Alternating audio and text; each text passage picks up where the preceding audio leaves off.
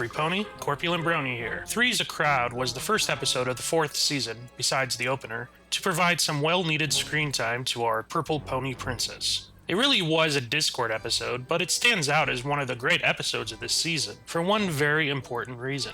Discord's song, A Glass of Water, sung beautifully by John Delancey. The hero Brony.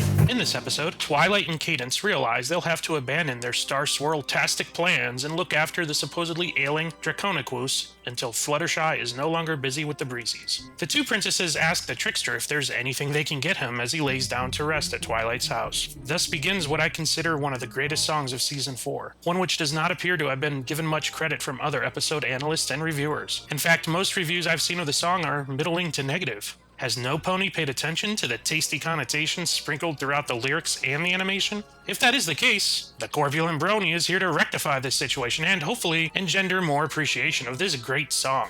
I find the song filled with small jibes at our princesses, mostly Twilight, cleverly hidden in so many tantalizing ways. Additionally, I believe this song lends some credence to my headcanon that Discord has the ability to visit other universes in the multiverse, and in fact may have visited our own universe or one very similar to it on at least one occasion, as there are a ton of allusions and references to what appear to be more our world than the world of Equestria. The musical number begins by answering their Majesty's query. Discord would like a tiny glass of water, please. Perhaps the simplest and most common request of an enfeebled friend. Twilight is not amused. Discord yanks a fresh-pressed hanky out from behind Twilight's ear. I consider this to be an insult to Twilight, one of many hidden within the song, and an infantilization.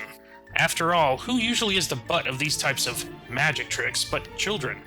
Twilight is not amused. This little hanky episode also begins Discord's pattern in this song of requesting things and then almost immediately producing them himself. Not content with the vanilla flavorings of plain dihydrogen monoxide, the chaotic frenemy then asks for some fresh brewed tea with honey.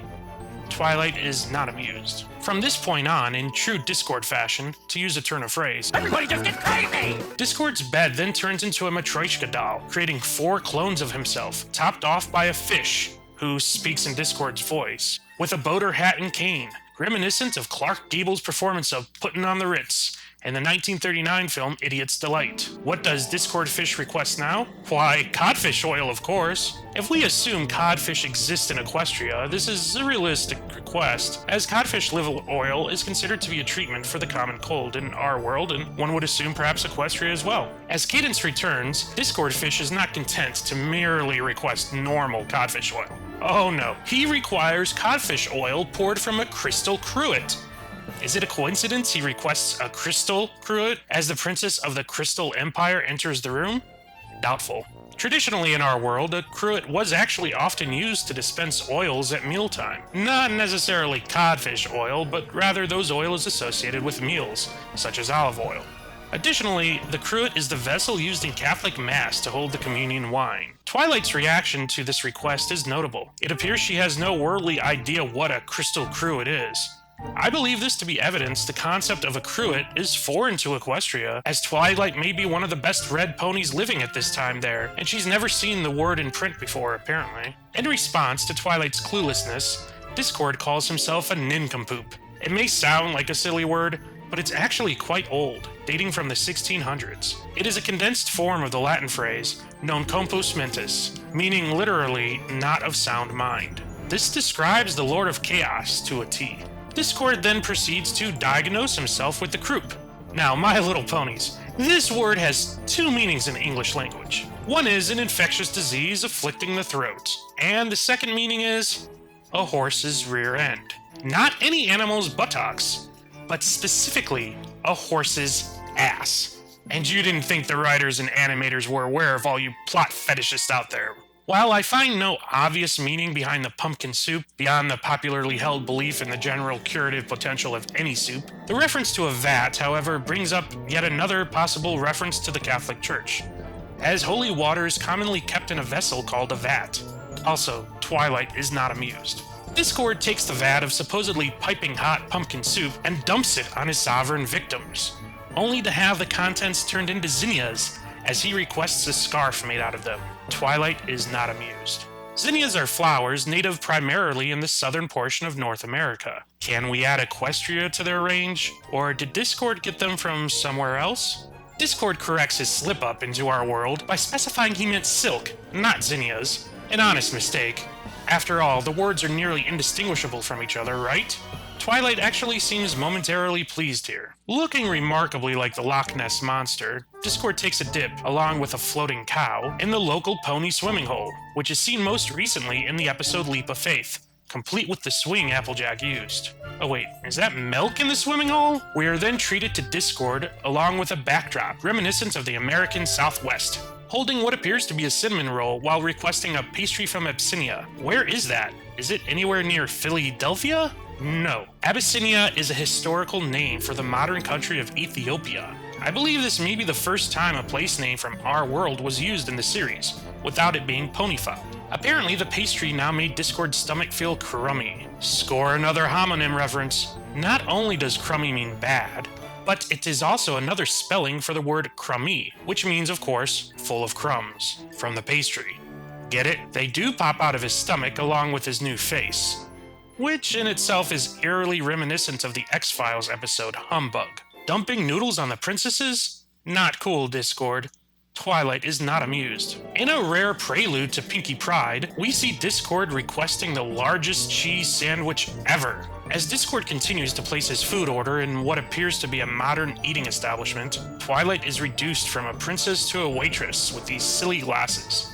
Twilight is not amused. Funny choice, Basil. One of the earliest texts to record basil as having medical properties was the Greek tome Perihules Latrices, more commonly known by its Latin name, De Materia Medica. This book was written sometime around 60 AD and was the precursor to nearly all pharmacopoeias that followed for the next 16 centuries. Who, you might ask, was the author of this book?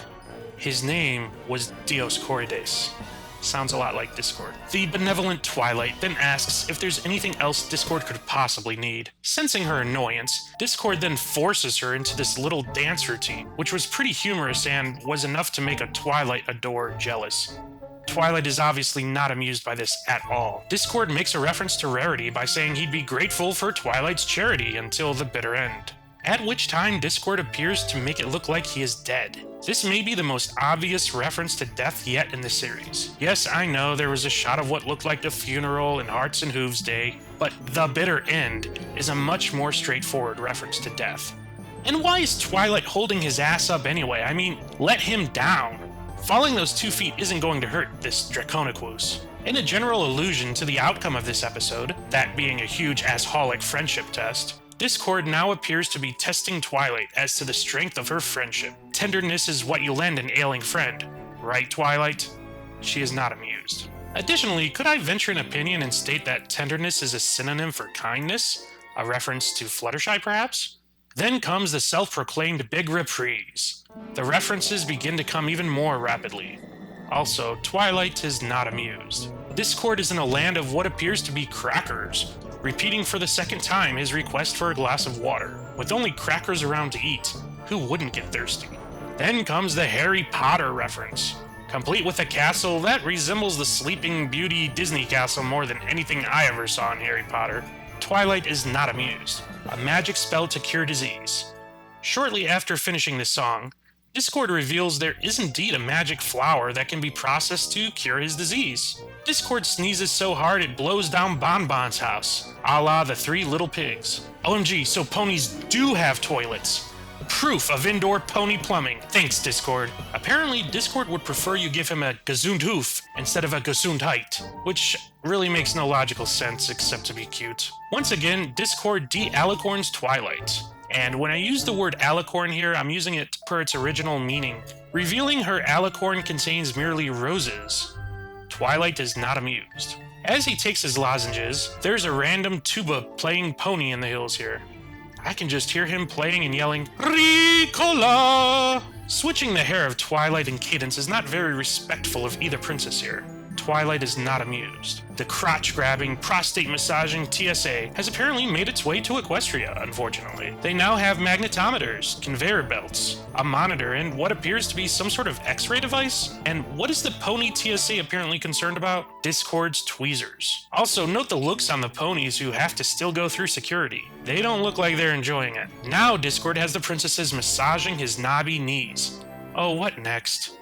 Twilight is not amused. Things sorta get nonsensical once we start cuddling with the Pekingese. But of note here, Discord runs a flea circus. Discord has an adorable little Twilight doll whose eyes bug out when he squeezes her. Twilight is probably not amused. Then, Discord opens up and pops out of Discord's mouth.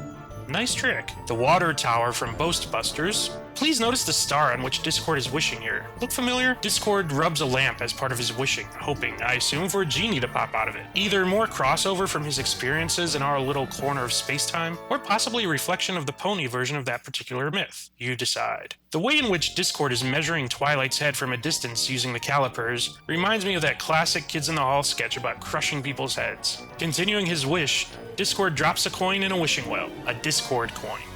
Twilight is not amused. In a nod to Star Wars, Discord's glass of water becomes a lightsaber as he recreates one of the original theatrical posters. Twilight is not amused. Discord pours water out on himself, much like Jennifer Beals did in the movie Flashdance. A few items from the song float in the water as it drains, namely crackers, cheese grater, the goat that was on skis, cup of tea. The water flows down the invisible drain in a counterclockwise rotation. Actually, just kidding. This means nothing, as the Coriolis effect has no say on such small bodies of water. Twilight still, though, remains unamused. So there you have it. Possibly the most illusion-packed song in all of the series. And it barely gets any recognition. Hopefully now every pony can see this song is a true gem. Where do you think Discord got these allusions to our world? If he were to appear here, what would he look like? Leave a comment below and let me know what you think. Thanks for listening, every pony.